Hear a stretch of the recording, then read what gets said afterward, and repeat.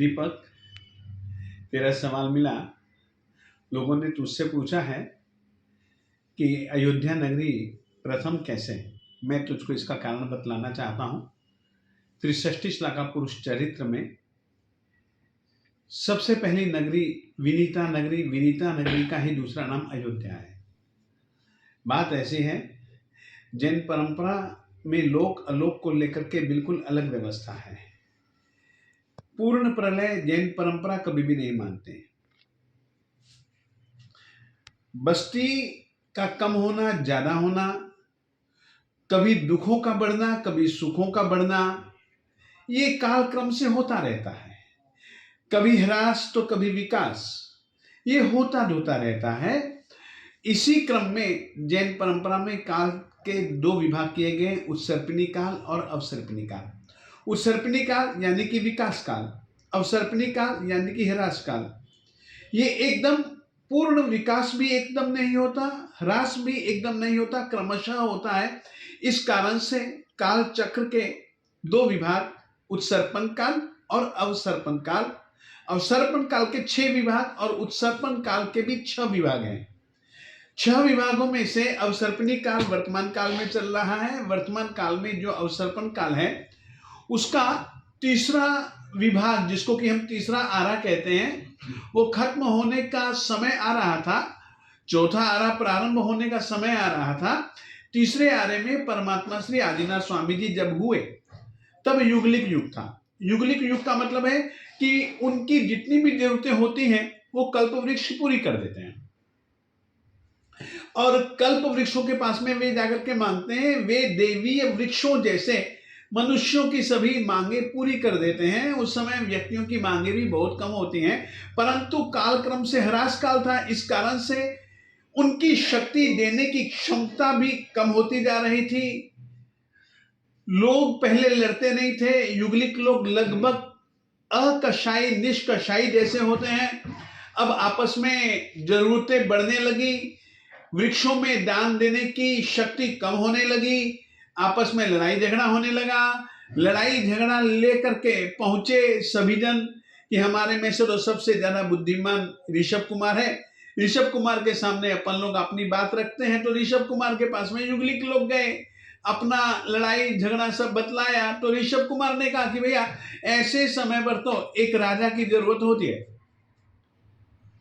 तो उन्होंने कहा ठीक है, आप हमारे राजा बनो। नहीं, अपने बड़े बैठे हैं, नाभि खुलकर बैठे हैं, उनके बैठे हुए मेरा कोई अधिकार नहीं है, जाओ उनसे राजा मांगो। युगलिक लोग उनके पास में गए, उनसे मांगा। तो उन्होंने कहा आज से तुम्हारा राजा ऋषभ कुमार। इस तरीके से पिता ने आज्ञा दी कि युगलिकों को कि तुम आज से अपना राजा ऋषभ कुमार को मानो। सब लोग आए और ऋषभ कुमार को कहा कि भैया हम पिताजी के पास गए थे, तुम्हारे कहे अनुसार तो ऋषभ को राजा मान लो, तो हम तुमको राजा मानते हैं।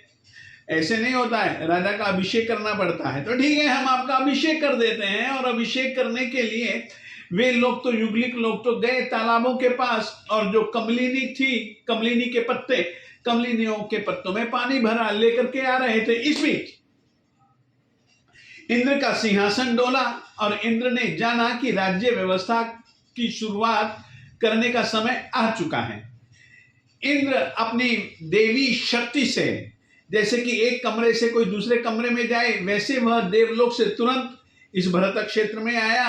और उसने मंगल मुहूर्त जान करके, उस समय कोई नगरी वगरी कोई थी नहीं, कोई गांव नहीं था, कोई घर नहीं था, कोई गली नहीं थी, कोई कूचा नहीं था, कुछ भी नहीं था। सब चीजें कल्प वृक्ष से पूरी हो जाती थी। और ऐसे समय पर इंद्र आया। इंद्र ने जाना कि बस सही समय है, उचित समय है राज्य व्यवस्था प्रारंभ करने का। और इंद्र ने तुरंत अपने पुरोहित गुरु को आज्ञा दी और गुरु ने तुरंत उनका राज्याभिषेक किया। इंद्र ने किया। सबने अभिषेक कर देने के बाद इंद्र ने उनको एक घोषित कर दिया कि आज से आप इस भरत क्षेत्र के राजा हैं।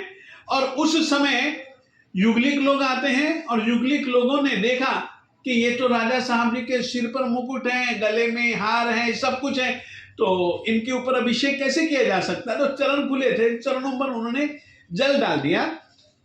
इंद्र ने देखा कि ये बड़े विनीत आदमी हैं, और जब राज्य व्यवस्था प्रारंभ करनी है तो सबसे पहले कम से कम रहने के लिए स्थान तो बनाना पड़ेगा। इंद्र ने आज्ञा दी कुबेर को कि भैया अपने प्रथम राजा श्री ऋषभ कुमार के लिए 12 योजन लंबी और 9 योजन चौड़ी एक नगरी बसाओ, और नगरी का पहला नाम होगा विनीता, यहाँ के लोग बहुत विनीत है। और दूसरा नाम कुबेर ने अयोध्या रखा इसी विनीता नगरी का। इस ढंग से इससे पहले कोई भी नगरी नहीं थी, कल्पवृक्ष ही थे, कल्पवृक्षों के नीचे ही रहते थे। परमात्मा श्री आदिनाथ स्वामी जी के 100 बेटे हो चुके थे, 2 बेटियां भी हो चुकी थी, युगलिक व्यवस्था का अंत हो चुका था। युगलिक व्यवस्था का प्रारंभ करते हुए पहले ही ऋषभ देव हुए, जिनकी 2 लड़कियों से शादी हुई। वर का कार्य इंद्र ने किया, वधु का कार्य इंद्राणी इत्यादि ने किया। ये सारी की सारी युगलिक व्यवस्था टूट सी चुकी थी, और ऐसे समय पर विनीता नगरी सबसे पहली नगरी कुबेर के द्वारा बसाई गई। यह ही अयोध्या का इतिहास है जैन परंपरा में।